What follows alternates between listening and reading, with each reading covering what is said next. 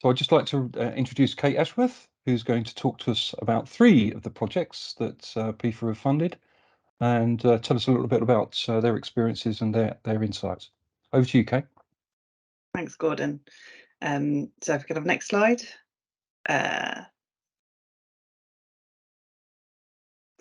Lovely. So just to introduce myself, I'm Kate Ashworth. I'm Energy Infrastructure Lead for Energy Capital.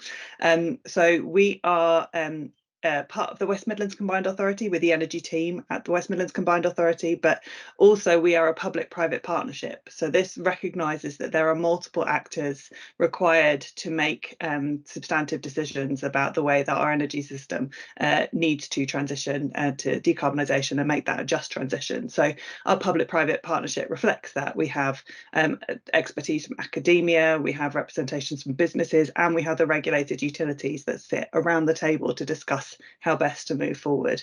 And this is a fairly unique setup that we have, but we think it really gives us a fantastic platform to be able to kind of to bring forward some of these initiatives and projects. On the next slide. So we were very lucky in that we're involved in 3 of the Prospering from the Energy Revolution programme detailed designs. So we led on what we call the Regional Energy System Operator Project, or RESO. And the very quick overview of this project is that we looked at the University of Warwick, which is by itself you could class as a smart energy system. They're doing some fantastic things about metering and monitoring. They've got a heat network, and they've got a wealth of data that they're looking to apply.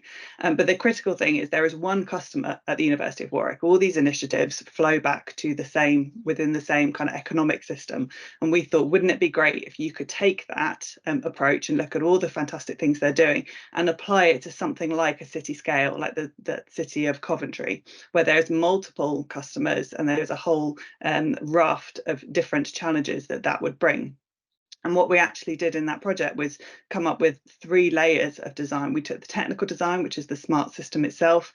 There is a market design, which is around how do you incentivize those transactions needed to drive that system, and also a governance design. So who is needed to coordinate some of those actions to bring forward some of those initiatives.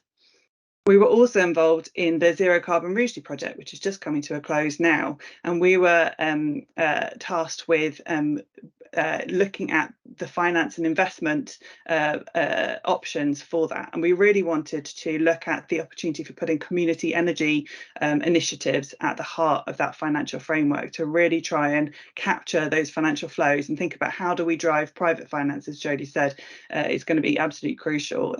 We cannot do this by public funding alone. How do we drive private finance into a smart local energy system?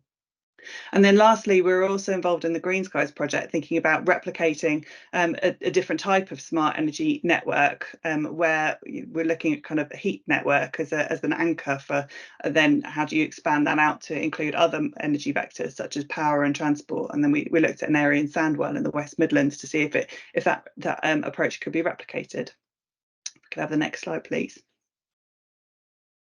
So there's a number of themes that emerged quite strongly across the 3 PFER projects that we were involved with.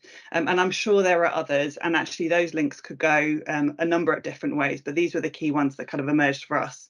So policy and regulation, and how do we change that space to allow smart local energy systems to propagate and thrive became a really key theme. How do we derive the evidence to support that change and make sure that vulnerable customers are protected through that process, but we also get the benefits of those systems. The data foundation, so actually how do we make these informed decisions? How do we get almost investment grade decisions based upon the evidence that we have, pulling together that data and making it not only a kind of a really robust data set, but also how do we visualize that data so we can share the outcomes of that data with multiple stakeholders became really, really important.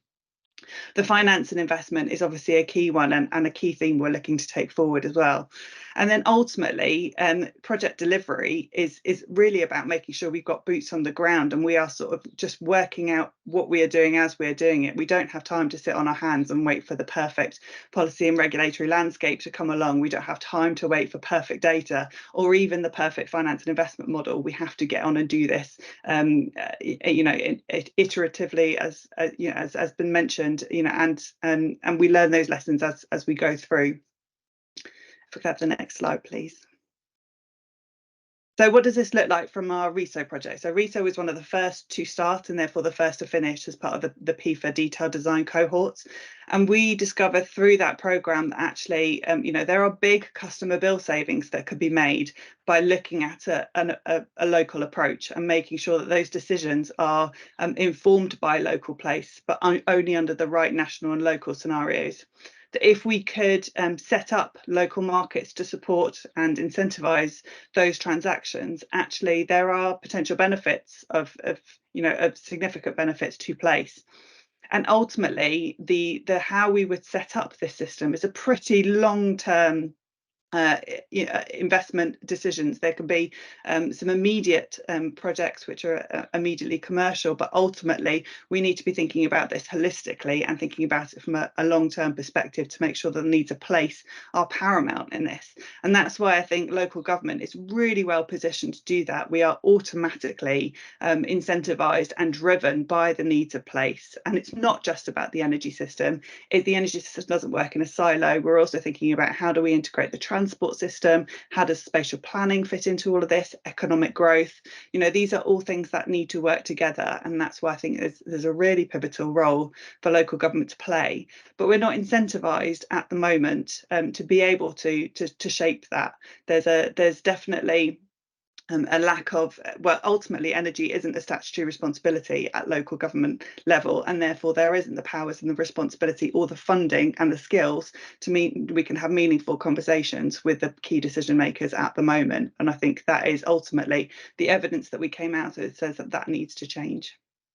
Next slide, please. So what are we doing next? So this used to be a much neater slide, but time keeps ticking on, and therefore we do more things. So therefore my yellow boxes are popped up. Actually, these are more kind of recent initiatives. But ultimately, all of the things that we're doing in the post project, since the PFER kind of schemes are coming to a close, a lot of them are essentially trying to ask key questions. How do we work with partners to plan whole system infrastructure? How do we really take that holistic approach? And a lot of that is around how do we work across those kind of system silos?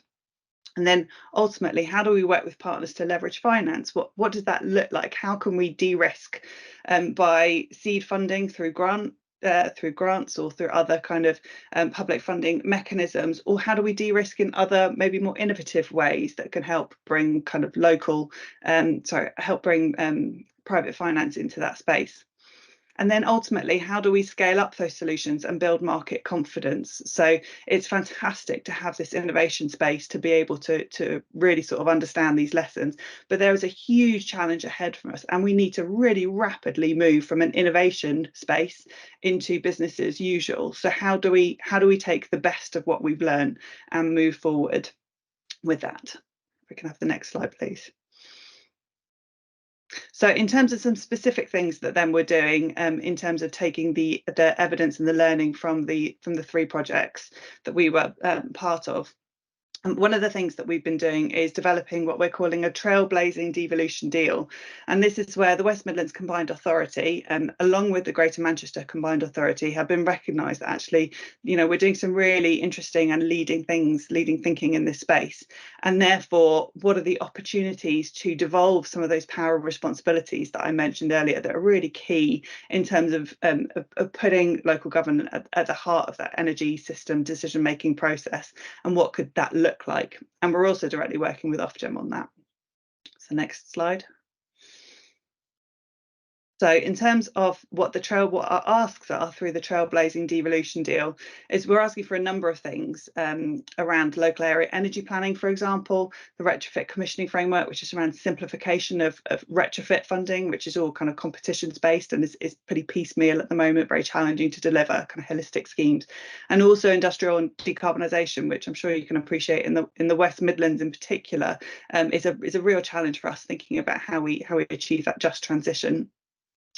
So in terms of our local area energy planning zoning asks, what we're asking for is a duty to coordinate local area energy planning. And this is where we think actually having a long-term plan which targets infrastructure in the right places in the right way to unlock a lot of these benefits is going to be really, really important. And actually we have a lot of knowledge and skills and convening power to be able to bring those together. So we want to be able to plan, we want to be able to know what we're doing, but we also want to be able to action that plan and be able to designate what we're calling energy innovation zones, which is similar to heat network zones, which we're also actively involved with and you might be aware of, but we would like to take that model further and further and faster. And ultimately, we're looking for the ability to target infrastructure where it is needed. And there's a number of cross-cutting themes along that as well. So that discussion is happening live at the moment with DLUC and our latest departmental colleagues in central government. So that is a really exciting development, and we wouldn't be able to do that without the evidence of the PFER projects to support those asks. Go for the next slide, please. And similarly, we're speaking directly with Ofgem. There's been a huge amounts of thinking in Ofgem on this space at the moment about local governance and how do we reflect the needs of place? How do we capture that benefit within safely and making sure that individual customers are not disadvantaged through that programme? So we've been working very much with Ofgem through those consultations, but also bespoke workshops to be able to kind of run through the evidence that we've gathered for that. Can I have the next slide? So then this is my last slide, and ultimately it comes back to that sort of boots on the ground delivery mode, which is great that we are pushing for that long-term strategic recognition of the place of local government in the governance framework that would allow us to make those decisions for our local places.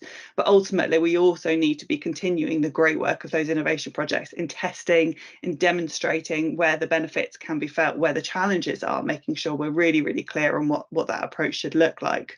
So this is where our net zero neighbourhood is ultimately the kind of the next thing that we're doing in this kind of programme. And that is, we're looking at a street by street deep retrofit and domestic heat and energy initiative. We're looking at smart systems within that to see how a flexibility market could operate. It's really important that we look at it from a neighbourhood level, so we understand actually how mass rollout could look like in terms of the underlying impact on the energy networks. And also making sure that we tackle some of those non-technical barriers that were highlighted, particularly around a replicable finance model. So we are grant funding our first of our net zero neighbourhoods, which we're developing in Brockmore and Dudley, but we have a cohort of 6 further net zero neighbourhoods, which we're looking to develop a fundamentally private finance mechanism for those, to bring those forward as a cohort.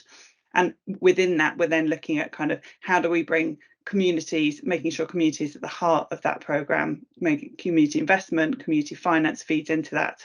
And then also thinking about a supply chain and delivery model. So how do we ensure quality and the outcomes that we are looking for through that?